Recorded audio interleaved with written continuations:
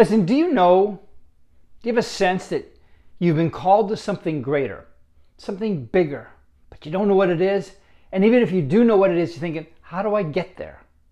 Well, friends, that's what I'm going to be talking about in this video. It's unfiltered, it's unvarnished, it's probably unedited, at least largely, and it is basically what I call the way forward.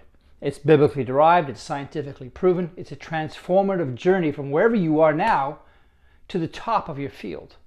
And it involves really one major skill. And I'm going to open that up for you a little bit, tell you what the way is. This thing I call the way forward is something I've been researching on and off for many years, asking the Lord, show me, how does this work? How do we get, like, if this is the goal, this is the destination over here, but I'm over here, how do I get there? What's that look like? And it turns out roughly 4% of the population has that figured out. 96% of the population doesn't. And there's a big gap between the 4 and the other 96. It's like they're all down here and then there's this leap forward, because when you understand what it is, the way forward, the whole world changes. It's like I was driving my car the other day and I was just marveling at what I've understood, what I've learned. And it's like everything changed for me when I understood what this is. It was like I've learned what I've learned and I've applied it, to sales and different things like that over the years. But it's like, the scriptures talks about He is my glory and the lifter of my head. And what that means is, it's kind of like this. You're walking along and the Lord comes along, He sees you kind of downcast, or your vision's down here, and He comes and He gently puts His hand under your chin and He lifts it up. And it's to meet eye to eye. It's to get rid of shame and failure and all those other things. But you know what else it does? It also changes what you see. A whole new vista opens up before you. He is the lifter of our heads, and there is a reason for that. And this template that I'm going to give you just a little bit of a view into, that I call the way forward, is magnificent. Now, it's 12 steps to the process. So number 12 is the reward. You got to begin with the end in mind, right? What is the reward? What is the thing, the ultimate reward in this life that you're going for? Now, Moses, he had a reward. The Bible talks about it in Hebrews. It says that he despised the sin and the riches of Egypt, despising all that. Like, I don't care about that, because he was looking for a reward, a great reward, and that reward was what he was going for. And so that's a beautiful thing. What is that reward? And that's what we all hopefully aspire to. But in this lifetime, while we can see and measure and so forth, what is the reward that you're going for? Is it like, for example, well, it'd be nice if I could maybe have a home that was paid off and maybe it's in the mountains or on the lake or on the ocean or whatever it is, and my kids are, taken care of, my grandkids are taken care of. Maybe, I heard Myron Golden say this, and I thought this was really powerful. He said, instead of like kicking your kid out of the house when he's 18 years old, say, okay, now, good luck. I moved out when I was 18. Instead of just saying, good luck, I hope it turns out good for you. Wouldn't it be great if you could say, son or daughter, you're 18 now. You finished your high school education, the college choices. Maybe you want them, maybe you don't. Here's a home for you. Paid off, debt-free, there. You can now live in that home, and instead of having to try to find a job, you can now work in the family business. I'm going to train you and mentor you and disciple you in the ways of God and the ways of business. Wouldn't that be great? Imagine what that would do for you and me had we had that kind of lift when we were coming up. But we didn't. At least I didn't. I don't know anybody who has. But anyway, but what is that reward? What does that look like? You need to get that clear in your head.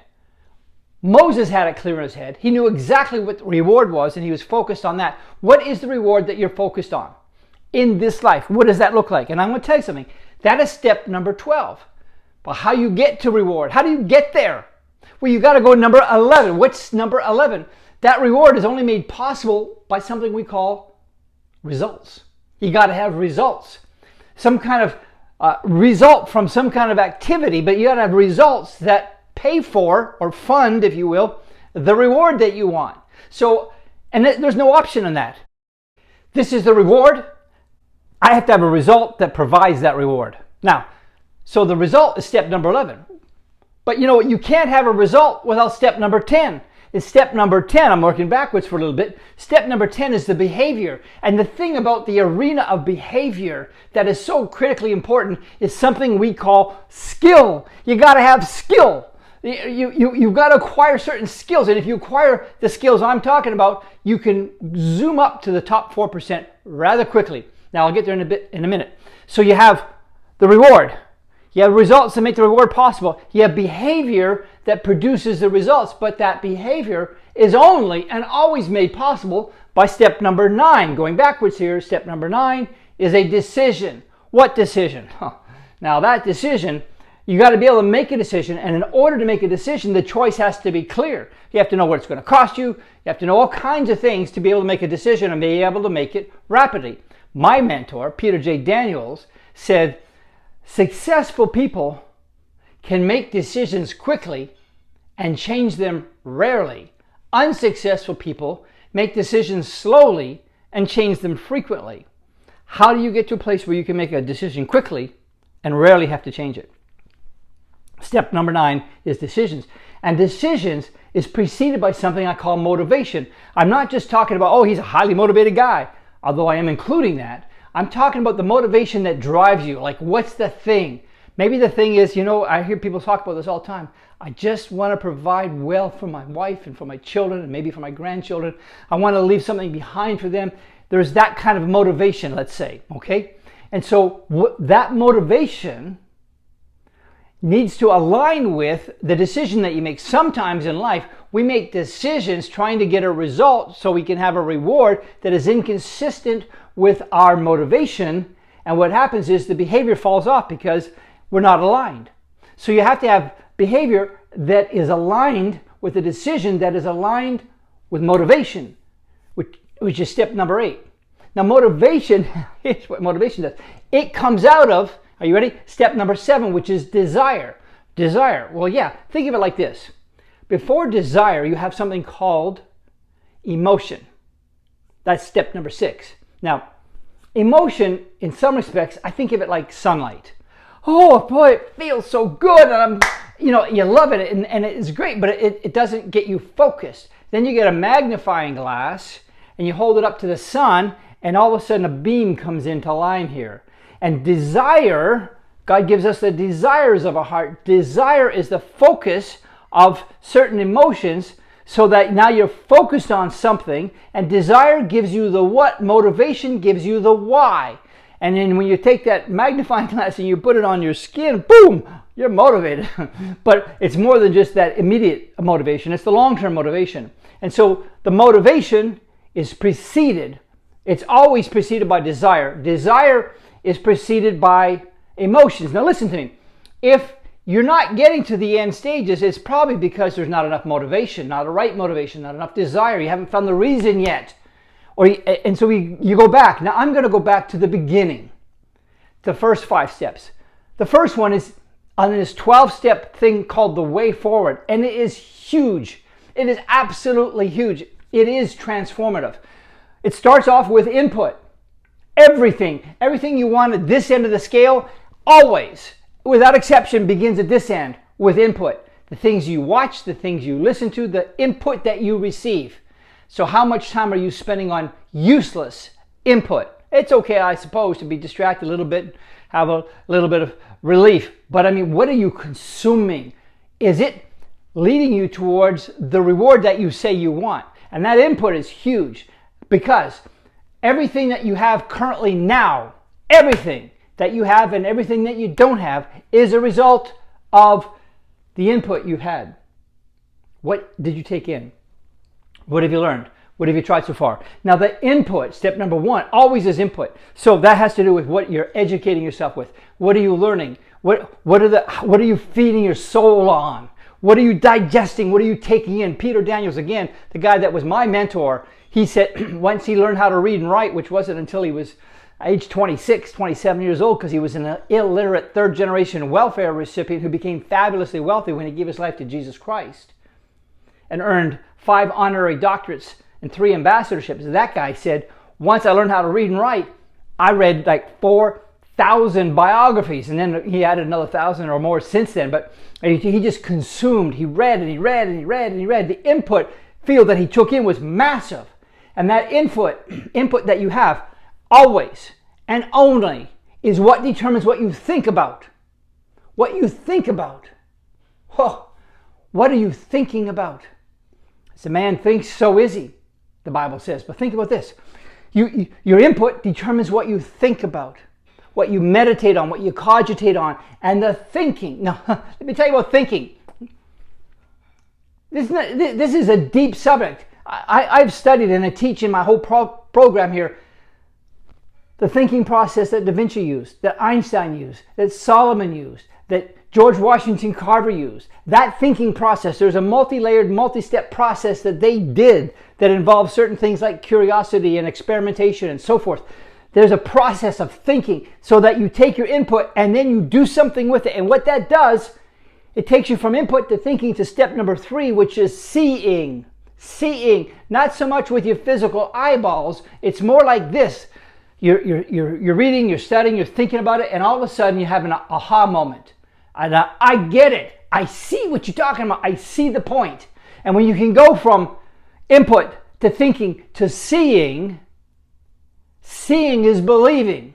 Now some of you might say, no, Michael, theologically believing is seeing. I understand you say if you believe you'll see, but I'm not talking about that kind of seeing. I'm talking about the seeing that's on the inside. I'm talking about the seeing that's in the book of Ephesians 1:18, I think it is. That the eyes of your understanding may be enlightened, that you may know what is the hope of his calling, what are the riches of his glory, of his inheritance in the saints, and what is the exceeding greatness of his power toward us, that you may know. So seeing comes from thinking, which comes from input, but it is followed by believing. And believing is an amazing thing, because belief, if you want to know what I really believe, watch what I do. I've said that 1,000 times probably, maybe 100 times, but I've said it a lot. If you want to know what I believe, if I want to know what you believe, I have to just watch what you do. Now listen, believing is followed between believing and action, there's something in between. The thing in between is speaking. Paul says, and he's quoting from the psalmist, he says, I believe, therefore I speak. And he also said, I believed, past tense, therefore I spoke. And so there's a speaking that comes out of believing, and it'll either betray you or it'll reinforce you. And that speaking isn't just what you say out loud, it's also, and maybe more importantly, the self-talk.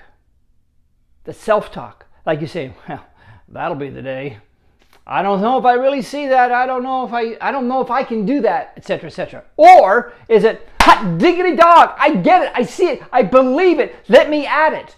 Where are you at on that spectrum? Because I'm telling you, if you don't have the self-talk, the right message coming out of your lips, it's a function of belief or the lack thereof, which is a function of seeing or the lack thereof, which is a function of the thoughts or the lack thereof, the consideration, the meditation, which is a function of your input. So you want to change your world, start there with input and work your way forward. What happens is, scientifically now, the speaking will trigger emotions. If you say, I think I can, I think I can, I think I can, the emotions rise up, and it's like the positive emotions will generate a desire that'll get crystal clear and hyper-focused, which will dovetail into your motivation, which will lead to a decision, which will result in behavior, produce a result, and give you a reward. So that's the cycle that this thing goes through. But how do you do that? What's the input that you should have? How do you do better at taking in input? How do you take in input so that it stays? What's the process mentally? What is the science behind input intake? Like, what's the science behind that? That's what we talk about. What's the thinking process? How would it be to think like Da Vinci? Wouldn't that be great? Or even Einstein, or my favorite, George Washington Carver. I love Solomon too. I don't know a lot about his thinking, but I have a certain number of things that I pulled from the Bible about his thinking process. So yeah, I want to learn how to think like that, because when you think like that, it changes everything. So you get the input, the thinking, the seeing, the believing, the speaking, the emotional component, the desire, the behavior, the desire, the motivation. And then the motivation comes to a decision, and the decision to a behavior. Now listen, in the behavior realm, like you have fabulous input, but when you get over to the behavior style, you say, well, it doesn't necessarily mean that you're going to get the result and therefore have the reward, because maybe you're not executing that behavior very well. Which is what the way forward is about, is to give you the skills to rise up. And by the way, you don't get that in a 2-day seminar. We teach these skills to sales teams. And I'm not a big fan of going someplace and doing a one-day seminar at a company. I've done it, a 2-day seminar, whatever it is. But really, we used to call that training, but it's not training, it's transmitting. I'm past that. If I want to help some company, we're not going to be talking about training anymore. We might use that term because that's what they're used to, but it's actually about transformation. Transformation. The kind of things that when one company came to me and said, hey, Michael, we're struggling here. We can't seem to make ends meet. I'm going to shut this thing down. I had 12 guys. We're down to 3. They're looking for another job. Can you help me? And what they needed wasn't a 2-day inspirational, go get them kind of motivational seminar. That's not what they needed. They needed transformation. And that transformation doesn't happen in 2 days. So I signed up with them and I said, I'll help you for the balance of the year, which was 6 months. And they went from about ready to shut it down to over $1 million profit, 930% growth rate. They said, Michael, can you stay on for another year and then another year after that? Because they wanted to get on the Inc. 500 list, and we did. And they grew at the rate of 11,350%. That's 113x, my friend. They became the 16th fastest growing privately held company in America on the Inc. 500 list. So this whole thing, this behavior thing that you want is dependent upon skill. It's skill dependent. Do you want those skills? Do you want to know how to do that? Do you want to know how to function within this 12-step range here? Because we see when you start at the beginning with input and thinking, this is in the brain. This is what they call the cognitive phase. It's in the mind and the speaking and the believing. But at that point, when it goes from the believing, right, and it goes down into the speaking, it goes from the cognitive to what they call the affective. And what they're talking about here is the belief goes from up here, because I could see, and it drops down into your heart, where belief takes place. That's what the Bible says. You believe in your heart.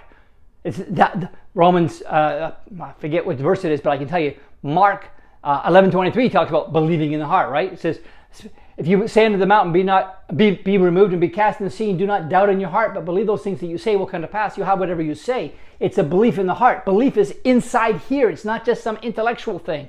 And when you learn how to get this and put it all together, you will rise to the top 4%. I don't care whether it's being the top 4% as a salesperson. Guess what? Maybe you're selling, let's say something like, I don't know, office supplies, okay? So you're doing that. Well, you can do quite well with that, but you say after a while, you know what? I've learned these things. I've mastered these things. I think I'm going to sell Learjets. Or I think I want to become a top negotiator, brought in to negotiate, because when you learn these skills, you'll be a top negotiator if you want to be. You'll be a top sales professional if you want to be. You'll be a top communicator if you want to be. You'll be a top platform speaker if you want to be. And by the way, a podcaster, an influencer, a YouTuber, any of those things the world will be your oyster. All you have to do is master this one thing. And it's, in a word, it's communication. It's communication. So friend, if you're interested in that, make sure you put your name and the email address.